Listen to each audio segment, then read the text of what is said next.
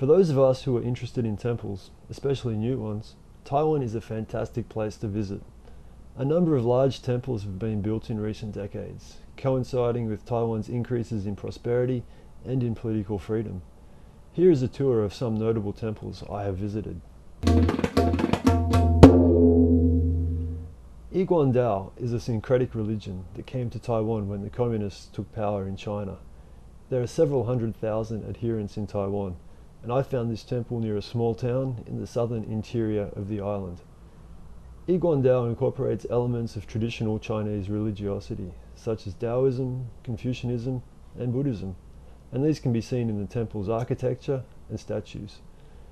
Behind the temple is an impressive three-dimensional mural depicting Gandou's supreme deity, known as Lao Mu, or Ancient Mother, being adored by devotees and gods from all the other main religions. Taishan Monastery in central Taiwan is gigantic.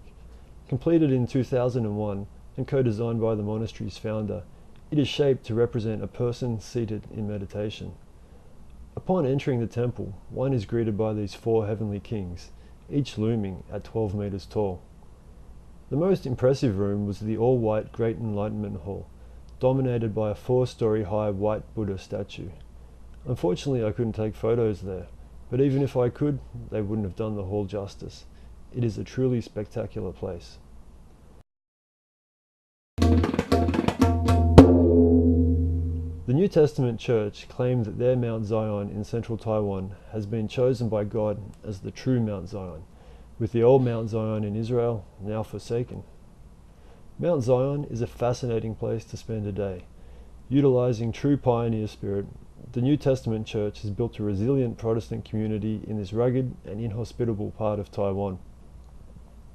The main temple on Mount Zion was built using indigenous Taiwanese building techniques, and the surrounding landscape reflects many of the principles of traditional Chinese temple design, often explained using the term feng shui. To protect the mountain from floods and landslides, the church built a giant retaining wall known as the Stronghold of Zion. This impressive feat of engineering dominates the landscape.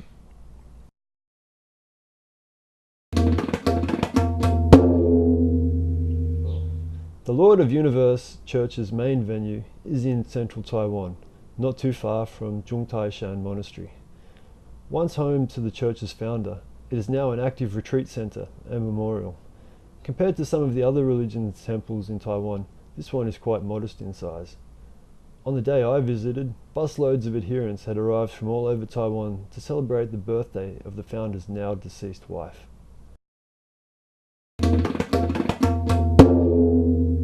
Dharma Mountain is a large Buddhist monastery and university about 1 hour north of Taipei. When designing the temple, Dharma's founder traveled the world seeking inspiration from other temples and buildings. I found that despite its grand scale, Dharma Mountain's architecture was characterized by clean lines and stark, uncluttered interiors. The Tzu Chi Foundation is a Buddhist group that focuses on social work and disaster relief. Its main center is on Taiwan's east coast in Hualien and is adjacent to a hospital administered by the group. Tzu Chi's Stillthoughts Hall is not so much a temple, but more of a multi-purpose building. On the day of my visit, the forecourt was filled with happy graduates posing for photos, having just graduated from the Tzu Chi University. Inside, there is a reasonably large museum showcasing Tzu Chi's social work throughout Asia and the world. Interestingly, Tzu Chi was one of the first NGOs to gain permission to work in China, where it has been active for over a decade. The main hall resembles an opera house. Concerts and other ceremonies are conducted there. Guang Shan is a very large temple complex, about 1 hour away from the southern city of Kaohsiung. The complex is sprawling and set to get much larger, with the nearby valley being converted into a boulevard and tower that will enshrine a relic of the Buddha's tooth. While perhaps not as modern looking as some of the other large temples in Taiwan, Guang Shan is notable for its vastness. There are many different areas to visit, with pleasant restaurants and well-stocked gift shops.